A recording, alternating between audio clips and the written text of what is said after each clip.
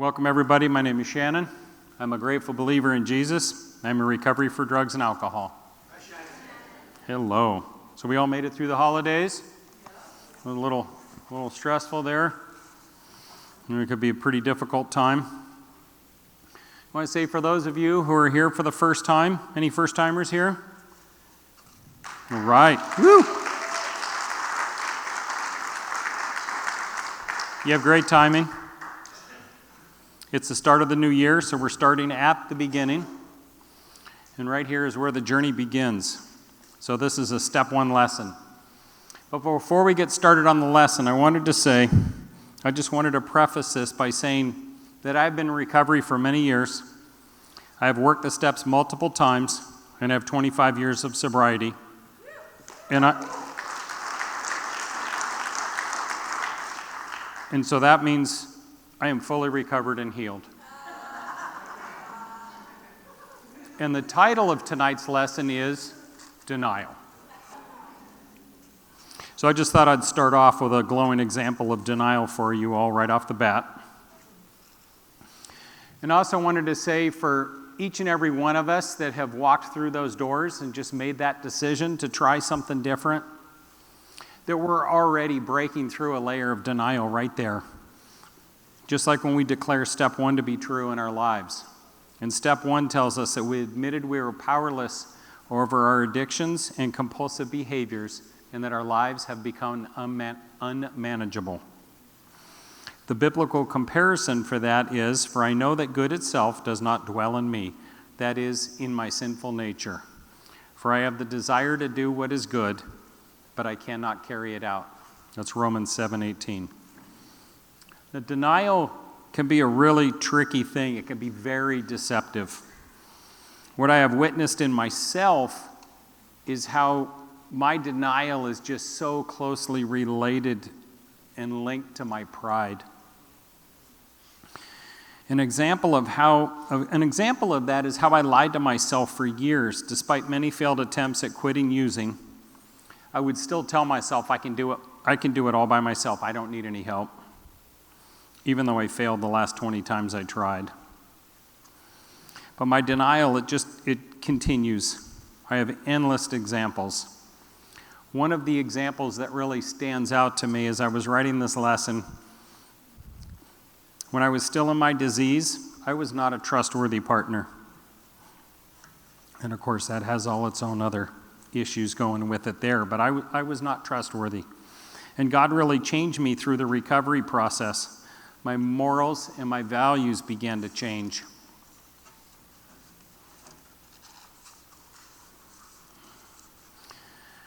When I came here, I ended up staying single for the first time in my life for almost 2 years. And then I met my soon-to-be wife. We were both committed to doing things different. We honored God through our courtship. And then when we got married, I was fully committed to her and to our covenant with God until death do us part. She is my one and only. But I had been married for several years, and I was still staying in contact with one of my ex-girlfriends. Now, I'm a general contractor, and my ex-girlfriend would call me up because she had all these different remodeling jobs she wanted me to do. And so I would go to her house and do this work, and I fully expected my wife to be okay with this. What could possibly go wrong, right? Like I said, I was fully committed. When my wife expressed a concern, I replied, something like that, it takes two. So even if my ex had ulterior motives, I didn't. Right? So no problem. And then as time went on, we went to, anybody familiar with Retrovi? Yeah, that's like, going to Retrovi is like finals week in school, right? It's really deep work. And we were at Retrovi. It's a marriage retreat workshop type of thing. And in one of the sessions, my wife sprung it on me that she did not trust me. I was really offended. I was angry. I knew that I was trustworthy. How could she not know that I was trustworthy? And right there, I could see it later, obviously, but my pride was fueling my denial. And it took a little while, and after a while, the Holy Spirit really started to work in me and convict me. And it took a while, but I finally got it, that my marriage is sacred. My job as a husband is to honor and protect my wife.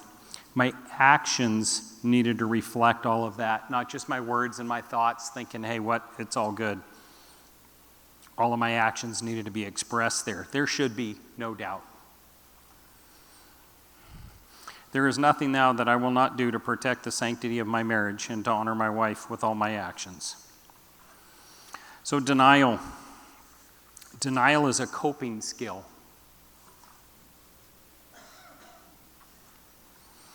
It is a self-protecting behavior that keeps us from honestly facing the truth.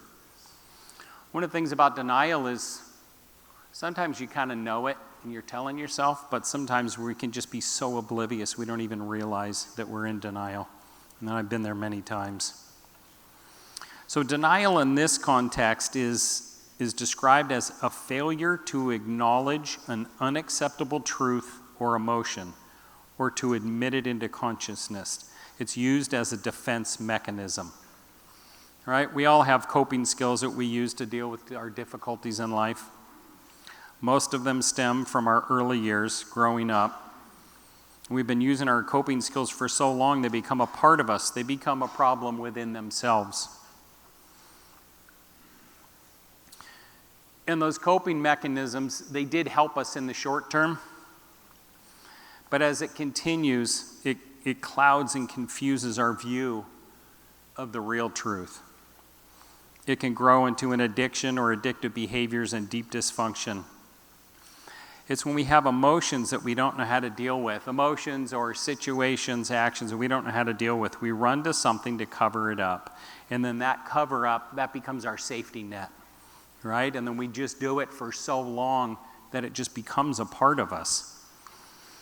Many times we don't even realize we're doing it until it starts to control our lives, until our lives become unmanageable.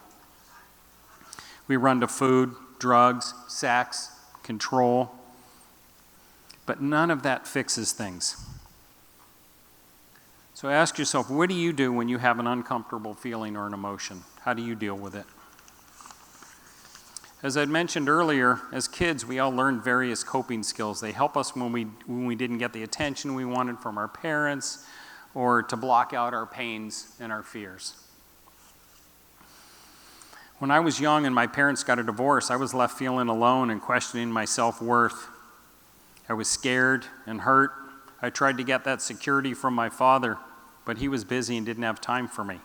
Suddenly, nobody seemed to have time for me. I had many coping mechanisms at the age of 10. I used sarcasm. You know, it's probably shocking to most of you here. Now it's not a coping mechanism, it's a gift. All right, a little more denial there. But so I use sarcasm, smoking pot, sneaking alcohol out of the cupboard, and looking at inappropriate magazines.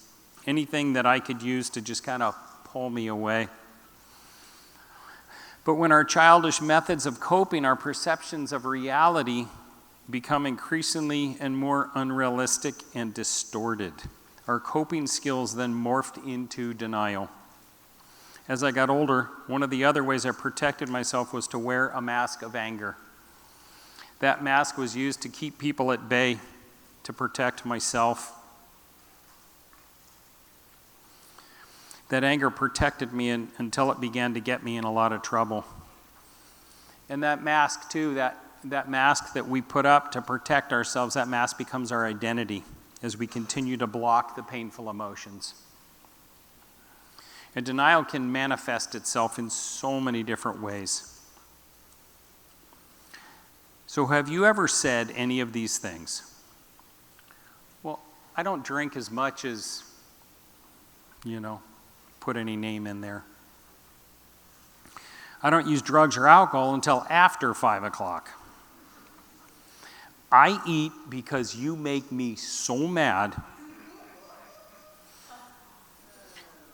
If you didn't nag me so much, I'm going to look at my wife while I say this. If you didn't nag me so much, I wouldn't have to yell at you. How about I work hard. I have a tough job. I need a few drinks to relax and unwind. It doesn't mean I have a problem. Another good one here. I am only hurting myself. Or how about, can we stop talking about it? Talking about it only makes it worse.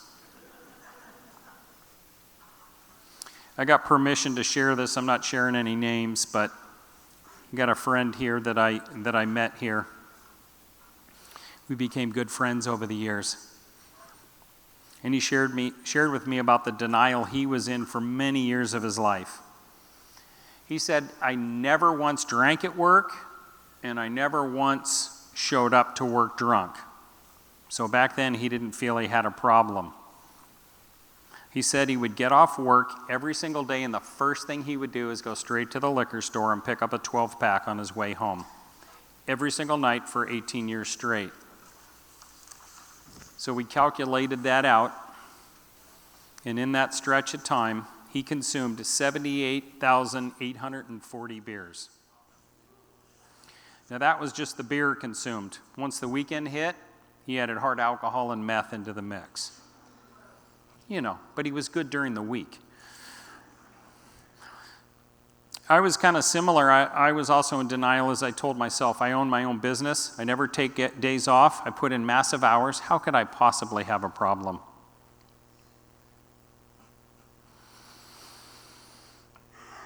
Now, I know that I did have a problem there, obviously, now, but,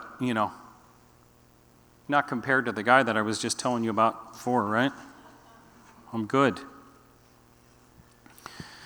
Now, I know this all sounds insane, but fear not. There is hope. The hope comes from Jesus. When we trust in Jesus, all things are possible. And I also want to say that when I came here, I was a non-believer. And I found Jesus through the example of others here and through work on a program. And it took a while, but Jesus soon began to fill my heart and grow me and change me. So we have an acrostic. So D is for disables our feelings. E is for energy lost. N negates growth. I isolates us from God. A alienates us from relationships. And L lengthens the pain. All right, so D disables our feelings. It's in the same way that drugs and alcohol do in all our addictions that we have. It makes it almost feel like it's not there. Almost. But it is still there, festering and growing, and it can get to the point where we just break. And even when we get in denial, our recovery can still grow when we're in recovery.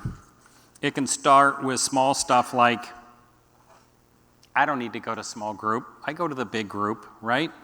I feel the Holy Spirit when the band is up there singing and I hear the message. I don't need a small group, or I don't need step study, or I don't need to get a sponsor, or I don't even need to work the steps. As we've been told many times, half measures avail us nothing. And I was talking the other day with my sponsor about all this, and then we started talking about how many of our brothers and sisters have we lost over the years while in recovery. And then he said, we could fill a couple of small group meetings with the number of people we have lost.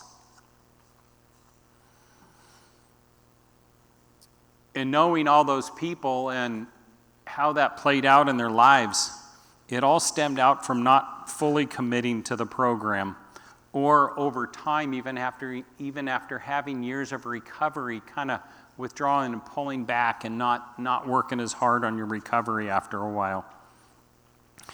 Take it as seriously as we did in the beginning. So we have lost many to relapse that led to an overdose, as well as death by suicide. Don't work your own program. Just follow the blueprint laid out before you. It's allowed for millions upon millions to gain recovery. I actually did the very thing I was just talking about, which was thinking I was fine because I had 10 years or so of sobriety. So I quit coming. Me and my wife both did. Don't mean to call you out on stage, honey, but we did it together. We had our kids, and it was a little overwhelming getting the kids here and getting home and getting to bed on time and all that. So we quit coming. I quit serving. I quit working a healthy program. And my sponsor warned me, but I did not listen. Luckily, as I stand before you, it did not end tragically. But I am truly grateful for the night my wife and I made the decision to return. Okay, E is for energy lost. A major side effect of denial is anxiety. Any of you ever feel anxiety in here? It can be crippling. Anxiety can be truly crippling. We have these issues built up inside us of what we are hiding, and they will never go away unless you do the work. When you start doing the work, it opens you up to God fulfilling His promises in and through us. Anxiety comes from denial, it comes from fear, and from unresolved situations or emotions. Through the program, we learn to heal from the past, from our fear of the future, and we learn to live life on life's terms today, one day at a time. Psalm 146:7 says, He frees the prisoners. He lifts the burdens from those bent down beneath their loads. That's very powerful. Frees the prisoners. I don't think that word was used by mistake. When I was in my addiction, I definitely felt like a prisoner. We learn to turn it over to Him through the program. If we use the energy required to maintain our level of denial into learning God's truth, you will learn a healthy love for others and for yourself. And you will learn what your life can really be like. Okay, N negates growth. I'm sure you've heard many times before, we are only as sick as our secrets. We can't grow until we learn to seek and live in truth. Psalm 107:13-14 reads, They cried to the Lord in their troubles, and He rescued them. He led them from the darkness and shadow of death and snapped their chains. We are told that God never wastes a hurt, but that is only if you shed your denial and start to seek His truth, right? That's not going to go away if we're just sitting on the couch, eating bonbons and watching, Desperate Housewives or something. We got to go in and actually do the work for God to really start working in us. I isolates us from God. Adam and Eve are great examples of denial and blame. Adam blamed God at first by saying, that woman you put here with me. And then he blamed Eve, saying, she gave me the fruit. And then Eve blamed the serpent. Being in denial just keeps you in darkness and away from the light.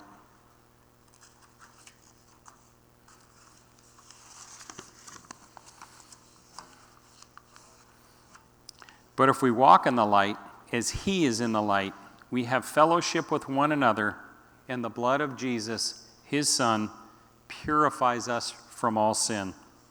That's 1 John 1:15-17. Purifies us from all sin. That's a big promise,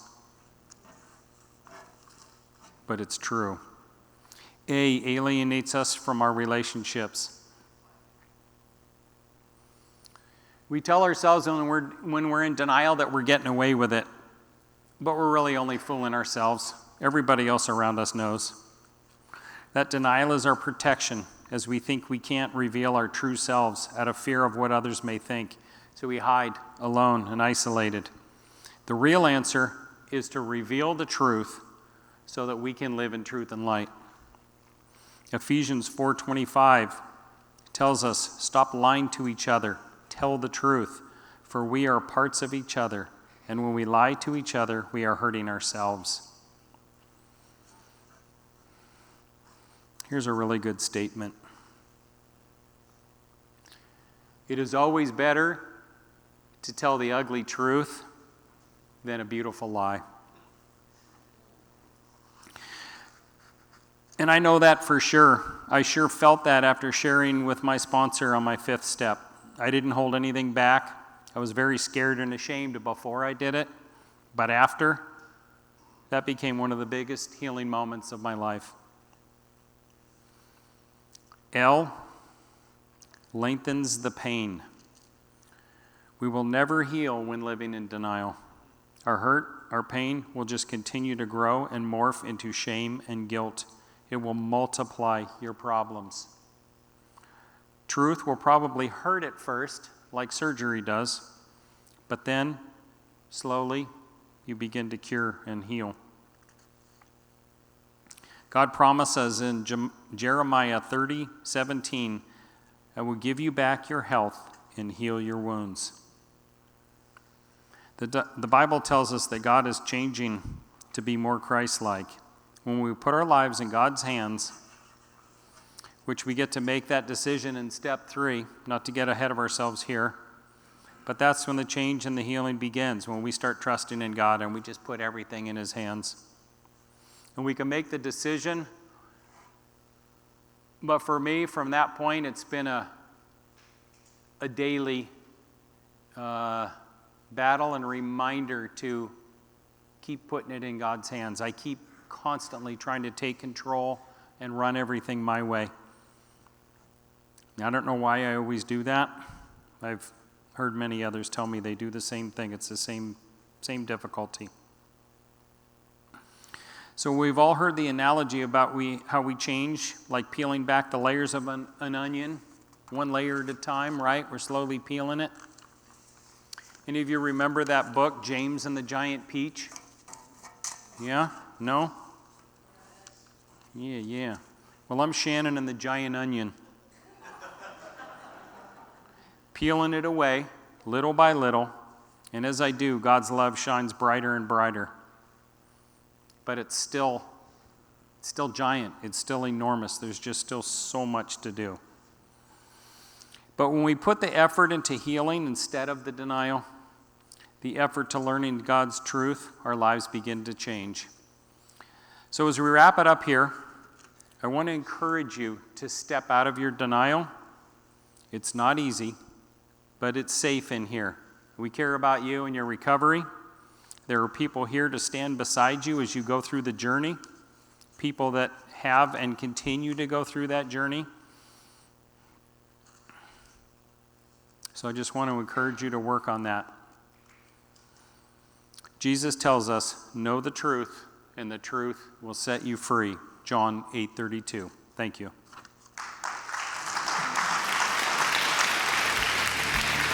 Santa Cruz Celebrate Recovery meets every Friday night at 7 p.m.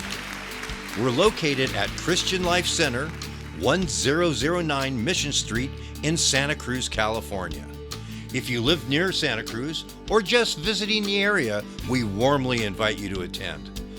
To learn more, you can visit our page on Christian Life Center's website at clcsantacruz.org/celebrate-recovery.